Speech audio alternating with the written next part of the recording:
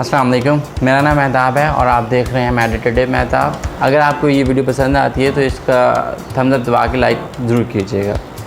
मेरे चैनल को सब्सक्राइब कर लें ताकि आने वाली तमाम वीडियोस आपके पास आपके होम पेज पे अवेलेबल है। आज जिस टॉपिक के बारे में हम बात करेंगे वह है begin with and in mind. कोई भी काम शुरू करने से पहले हम उसका पूरा आखिर तक प्लान कर लें और फिर उस काम को स्टार्ट करें।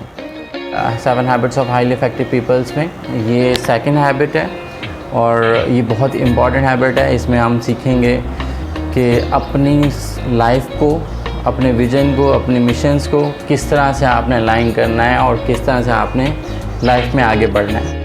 कोई भी चीज़ लाइफ के अंदर अगर हमें शुरू से लेकर आखिर तक ना पता हो तो हम वो अच्छे से नहीं कर सकते।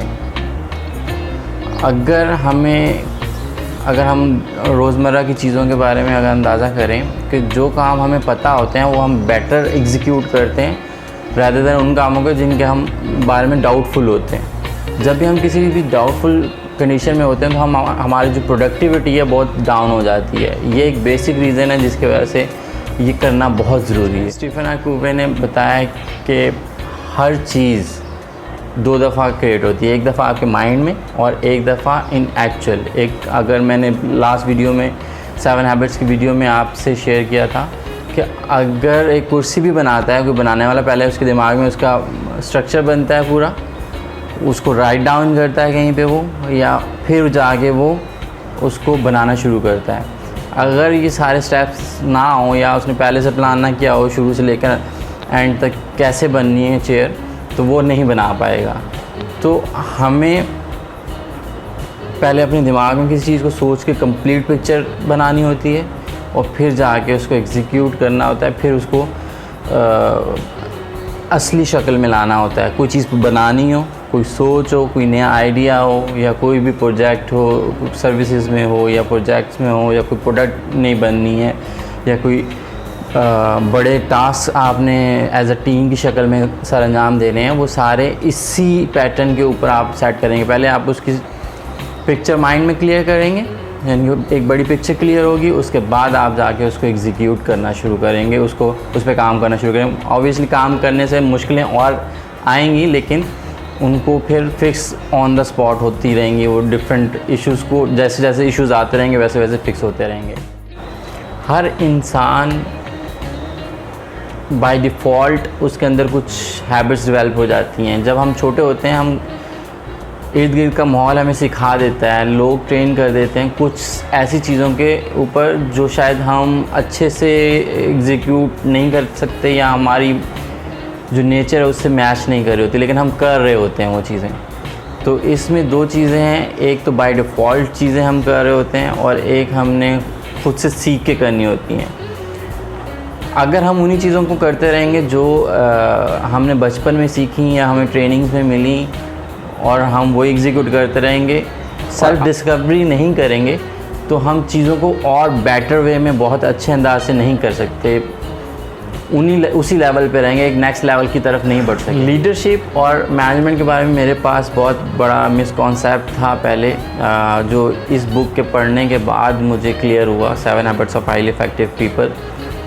Leadership is another creation, management is also another creation.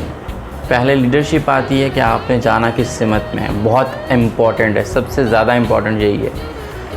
Second is management, आपने उस रास्ते पे चलना कैसे है।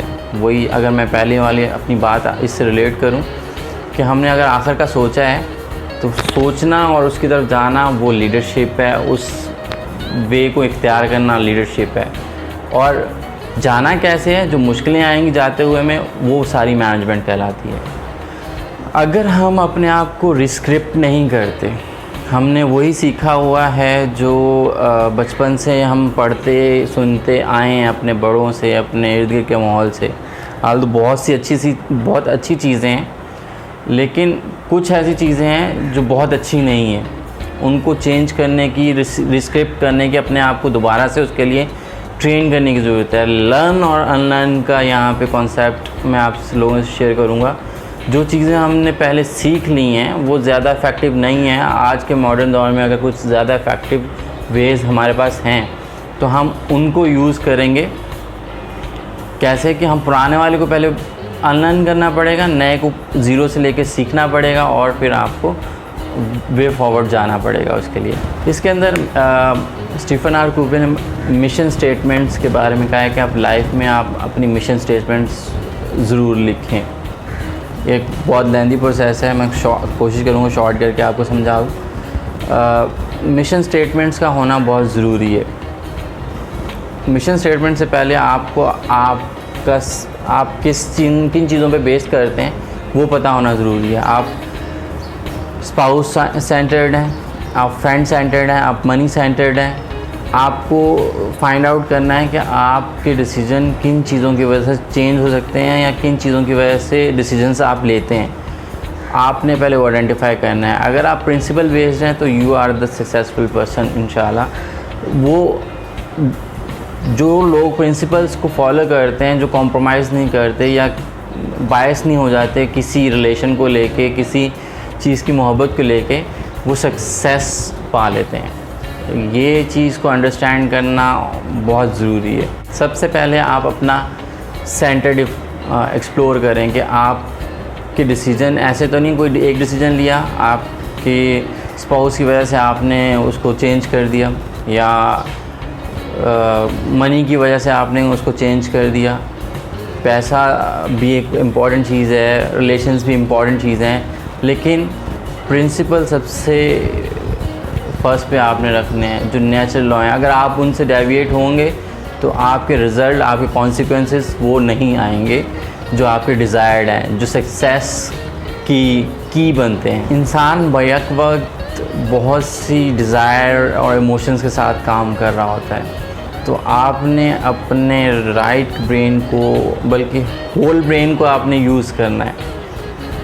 आपने अपने होल ब्रेन को यूज़ करना है, जिसमें डिज़ायर्स भी आ रही हैं, जिसमें आपकी अपॉर्चुनिटीज़ और स्किल डेवलपमेंट हर चीज़ इसके अंदर इंक्लूड कर रही है।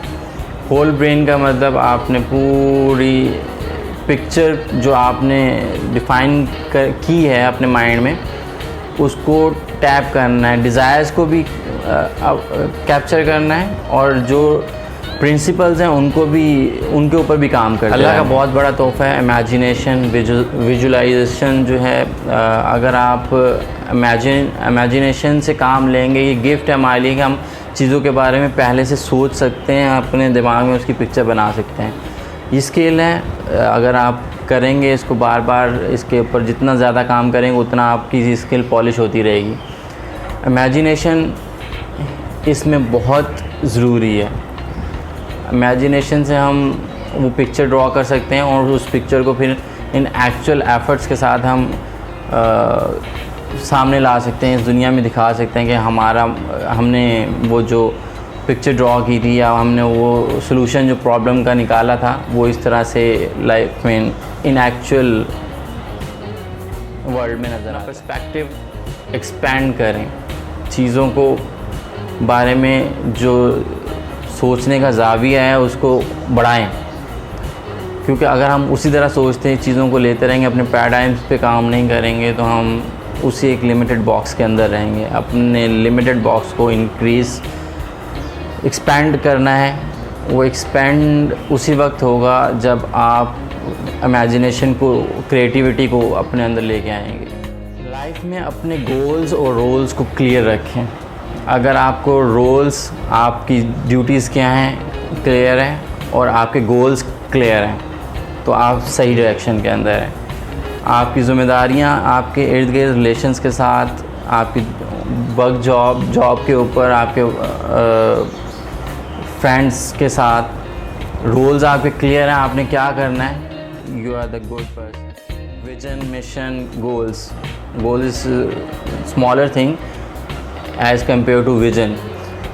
सबसे पहले विज़न है, उसके बाद फिर मिशन स्टेटमेंट्स हैं, कुछ हमने क्या करनी है, और उसके बाद गोल्स हैं। Goals is further division of vision. तो अगर आप उन पे काम करेंगे, गोल्स आपको क्लियर होंगे कि आपने शॉर्ट टर्म में क्या क्या चीज़ें करनी हैं, तो आप एक राइट डायरेक्शन की तरफ हैं, आपने एक राइट पाथ यूज़ कर। अच्छा जी, यहाँ पे हमारी वीडियो होती है एंड। ये था आज का topic, begin with and in mind.